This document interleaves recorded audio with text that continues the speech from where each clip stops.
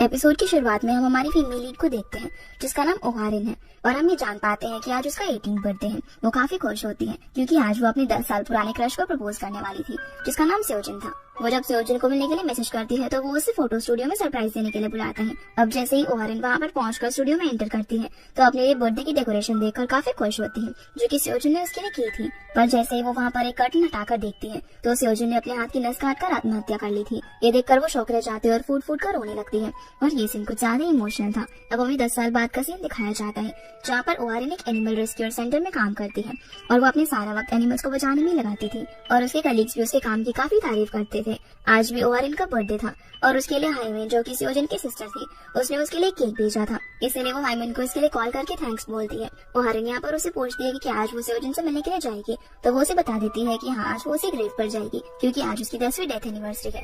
तभी ओहारिन का कलीग आकर उसे बताता है कि उन्हें एक डॉग को रेस्क्यू करने के लिए जा रहा है और जब वो उस डॉग को रेस्क्यू करते हुए लोकेशन पर पहुंचती है तो देखती है कि ये तो उसका ही पुराना स्कूल था जिसमें वो और सेओजिन साथ में रहा करते थे। स्कूल को देखकर उसके कलीग्स भी बातें करने लगते हैं कि उन्हें तो अपने पहले प्यार की याद आने लगी है, जो सुनकर वो थोड़ी सी अपसेट हो जाती है और यहाँ उसके स्कूल से जुड़ी हुई पुरानी मेमोरीज फिर से ताजा हो जाती है। ओहारिन जब डॉग को ढूंढने के लिए अंदर जाती है तो उसे सेओजिन की बातें याद आने लगती है जिसमें वो दोनों एक कैमरा के लिए झगड़ रहे थे क्योंकि ओहारिन को उससे फोटो क्लिक करानी थी पर सेओजिन उसे वो कैमरा नहीं दिखा रहा था। इस बात पर लाइन में खड़ा हुआ उनका एक दोस्त युनसोंग कहता है कि वो उसकी एक फोटो ले सकता है तो सेओजिन उसे चिढ़ाकर बोलता है कि वो किसी भी चीज की फोटो ले लेगा लेकिन उसकी नहीं। इस बात पर ओहारिन गुस्सा होती है और झगड़ा करने के लिए आगे बढ़ती है पर उसका पैर फिसल जाता है और वो गिरने ही वाली थी कि सेओजिन उसे संभाल लेता है। जिस बीच उन दोनों का आई कांटेक्ट होता है और इस मोमेंट को देखकर उनके पीछे खड़ी हुई दोस्त उन्हें रोमांस करने के लिए चिढ़ाती है, जहाँ ओहारिन इरिटेट होकर उसे कहती है कि सेओजिन जैसी लड़के के साथ वो कभी भी रोमांस करना पसंद नहीं करेगी। अब इस बात पर सेओजिन गुस्सा हो जाता है और दोनों फिर से झगड़ने लग जाते हैं। कुछ देर बाद ओहारिन को एक और फ्लैशबैक सीन याद आता है जिसमें वो अपने फ्रेंड से पूछती है कि वो उसके और सेओजिन के बारे में क्या सोचती है तो उसकी फ्रेंड बोलती है कि तुम दोनों एक दूसरे को काफी टाइम से जानते हो इसीलिए तुम्हें सेओजिन को प्रपोज कर देना चाहिए। पर ओहारिन का मानना था कि अगर उसने सेओजिन को प्रपोज किया तो वो उसे रिजेक्ट कर देगा और फिर उसे काफी इंसल्ट फील होगी।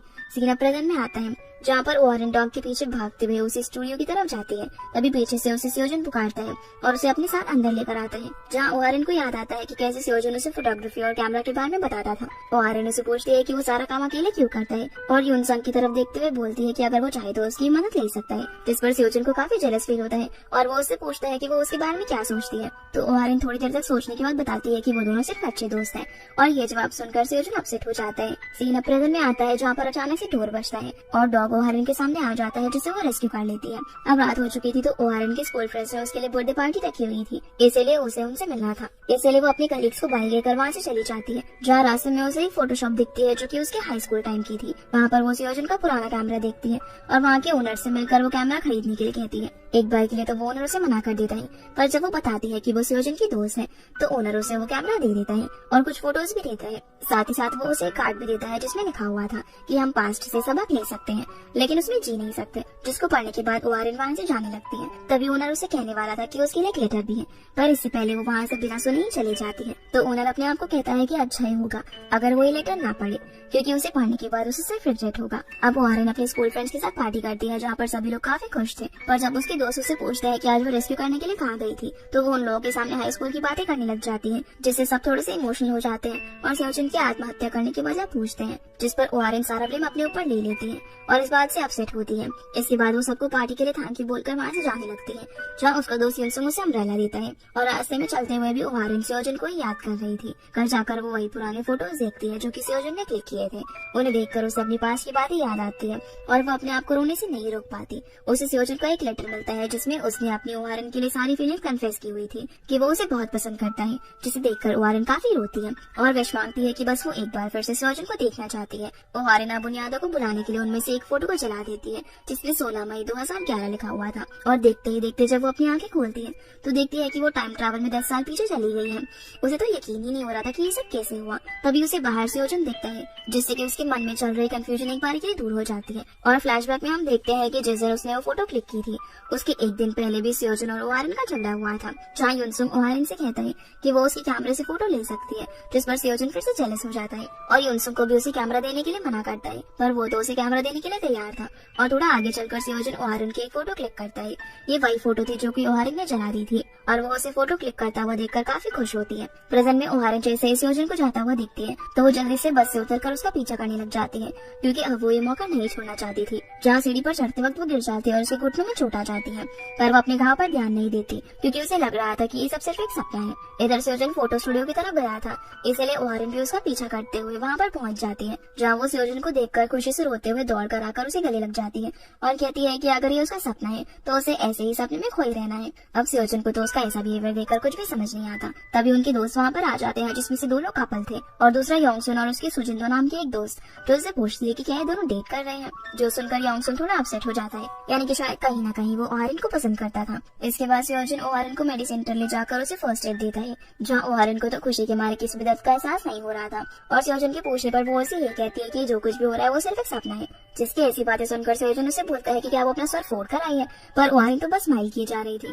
उसी वक्त वहाँ पर योंगसुन आता है, जो कि ओहारिन को क्लासरूम तक छोड़ने की बात करता है, लेकिन ओहारिन कहती है कि वो खुद चली जाएगी। पर युनसोंग उसकी बात नहीं मानता और उसे क्लास से छोड़ने की जिद करता है, जिसकी बातें सुनकर स्योजन खुद ही वहाँ से चला जाता है। फिर जब ओहारिन क्लास में होती है तब उसकी दोस्त उसकी चोट के बारे में पूछती है, पर ओहारिन के लिए स्योजन के आगे एक घाव कुछ भी नहीं था, इसलिए वो दौड़कर फिर से स्योजन की क्लास के बाहर जाती है, जहाँ वो उसे देखकर विंडो से अजीब एक्सप्रेशन बनाती है, जिसे इस तरह देखकर वो काफी एम्बैरेस फील करता है और अपना मुंह छिपा लेता है। और इससे पहले कि टीचर ओहारिन को डांटने के लिए वो छुप जाती है। टीचर के जाने के बाद वो स्योजन की क्लास में जाती है और उसे लंच के लिए इनवाइट करती है, लेकिन वो किसी काम की वजह से मना कर देता है और वहाँ से जाने लगता है। ओहारिन भी उसके पीछे जाती है और उसके मना करने पर भी उसकी बाइक को रोककर उसकी पीछे वाली सीट पर बैठ जाती है। फिर ये दोनों उसी फोटोशॉप पर पहुंचते हैं, जहाँ से ओहारिन को स्योजन का कैमरा मिला था। यहाँ ओहारिन उसे बोलती है कि वो ना उसका हर जगह पीछा करेगी, जिस पर स्योजन स्माइल करता है और वो दोनों अंदर जाते हैं।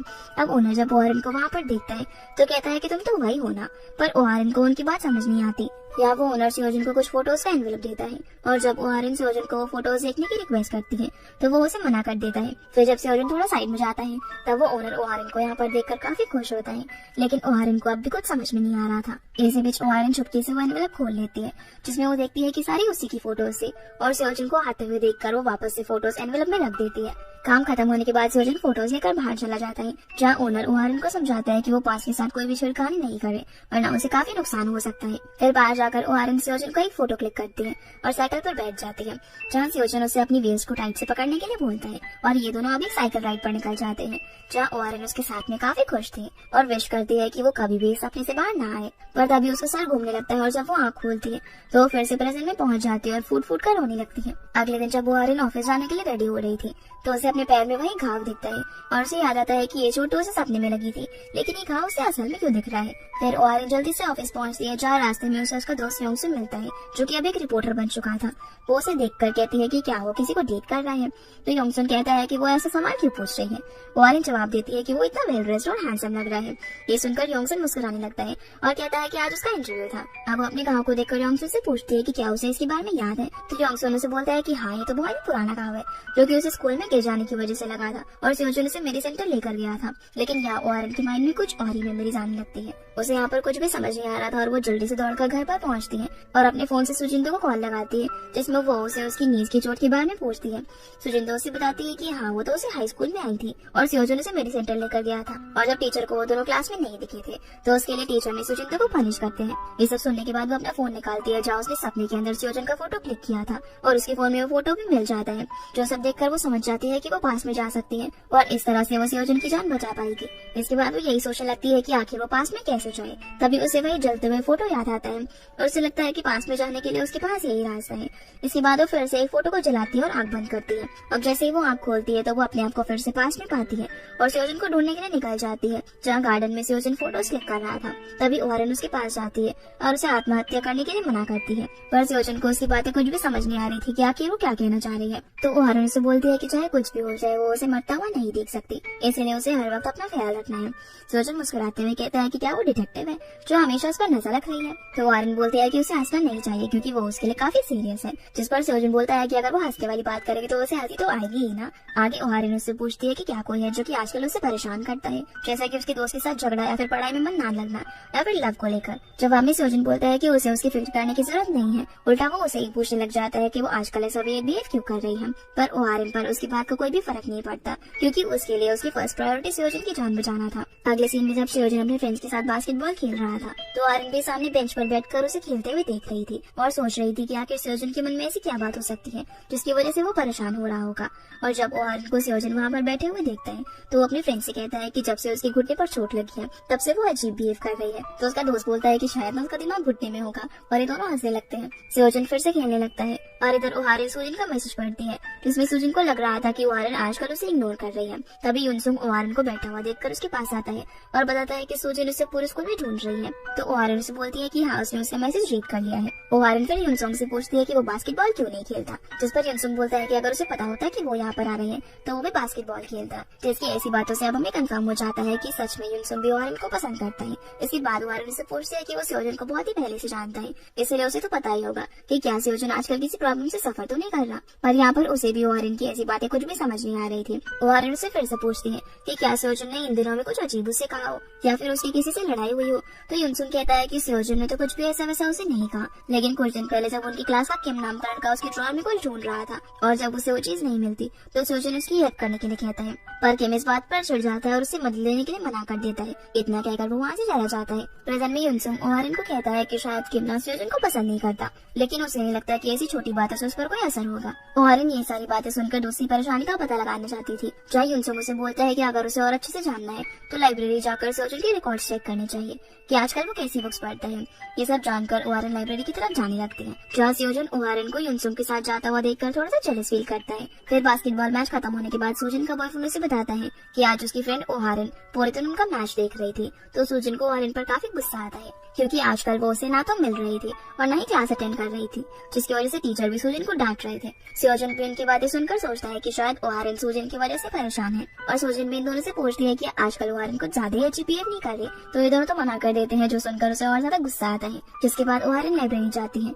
जान लाइब्रेरियन को देखकर वो उससे हाइमिन कहकर पुकारने लगती है, पर हाइमिन उसे नहीं पहचान रही थी और यहाँ वो मन में सोचने लगती है कि हाइमिन से तो वो सियोजन के फिंगर में मिली थी और वहीं उसे पता चलता है कि सियोजन की कोई सिस्टर भी है। अब हाइमिन यहाँ पर उसकी रिक्वेस्ट करने पर उसे सियोजन का रिकॉर्ड दे देती है। फिर ओहारिन उन बुक्स को ढूंढने लग जाती है, जहाँ पर एक बुक निकालते वक्त दूसरी बुक उसके सर पर गिरने वाली थी, पर तभी सियोजन उसे आकर बचा लेता है और ओहारिन उसे कहती है कि वो ठीक तो है ना। तो सियोजन जवाब देता है कि वो तो ठीक है, लेकिन अभी तो वो मरने वाली थी। तभी बीच में सियोजन का क्लासमेट आता है जो उसे बताता है कि क्लास टीचर ने तुम्हें बुलाया है। अब जाते वक्त सियोजन ओहारिन को अपना ख्याल रखने के लिए कहता है और ओहारिन सियोजन के रिकॉर्ड्स देखने लगती है, जिसमें कुछ ऐसी बुक्स के नाम थे जो कि आत्महत्या से रिलेटेड थे। इसके बाद सियोजन टीचर के पास जाता है, जहाँ टीचर उसके पेरेंट्स को इंटरव्यू के लिए बुलाना चाहते थे ताकि वो उसका मेडिकल इंस्टीट्यूट में एडमिशन करवा सके। पर सियोजन बोलता है कि वो नहीं आ पाएंगे क्योंकि आजकल वो काफी बिजी है। तो टीचर उसे कहते हैं कि इंटरव्यू के बिना उसका एडमिशन होना काफी मुश्किल है और अगर वो चाहे तो वो खुद उसके पेरेंट्स से मिलकर बात कर सकते हैं, लेकिन सियोजन मना कर देता है। और ये सारी बातें ओहारिन छुपकर सुन रही थी, जिससे अपसेट होकर वो फोटोग्राफी क्लब में जाती है, जहाँ दरवाजा ओपन करते ही वो देखती है कि सूजन और उनके बाकी फ्रेंड साथ में बैठे हुए थे, जिन्हें देखकर वो जाने लगती है, पर वो लोग उसे रोक देते हैं। सूजन अब यहाँ पर ओहारिन पर काफी गुस्सा होते हुए कहती है कि आगे से अगर उसका बिहेवियर ऐसा ही रहा तो वो उससे कभी भी बात नहीं करेगी। लेकिन ओहारिन को तो उसकी बातों से कोई फर्क ही नहीं पड़ता और वो उन लोगों से सूजन के बारे में पूछती है, जो सुनकर सूजन और ज्यादा गुस्सा हो जाती है और उसके दूसरे फ्रेंड्स उस पर हंसते हैं। फिर ओहारिन यहाँ पर सूजन को मनाने लगती है और ये दोनों अपना फोटोग्राफी असाइनमेंट पूरा करते हैं, जहाँ उसका दोस्त उसे सियोजन की ईमेल आईडी देता है। ये देखकर ओहारिन सोचती है कि शायद आईडी में उसके कोई क्लू मिल जाएगा, इसलिए अब घर जाकर ओहारिन सियोजन का अकाउंट खोलती है, जिसका पासवर्ड वही था जो कि सियोजन ने आखिरी वक्त लाइब्रेरी में बुक पढ़ी थी। दूसरी तरफ सियोजन उसकी मॉम और हाइमिन के साथ डिनर कर रहा था, पर अचानक से जब वो चेयर से उठता है तो उसकी मॉम उसे जोर से थप्पड़ मारती है। वहीं ओहारिन सियोजन को एक पोस्ट पढ़ती है जिसमें लिखा हुआ था कि वो हमेशा से एक नॉर्मल लाइफ जीना चाहता है, पर वो कितनी भी कोशिश कर ले वो अपनी बहन की जगह नहीं ले सकता। और आखिरी की लाइन पढ़कर उसे पता चलता है कि सियोजन अडॉप्टेड है। ये देखकर ओहारिन काफी सरप्राइज होती है। तभी उसके कान में फिर से दर्द होने लग जाता है और वो वापस से प्रेजेंट में आ जाती है। इसी के साथ ये एपिसोड यहीं पर खत्म हो जाता है।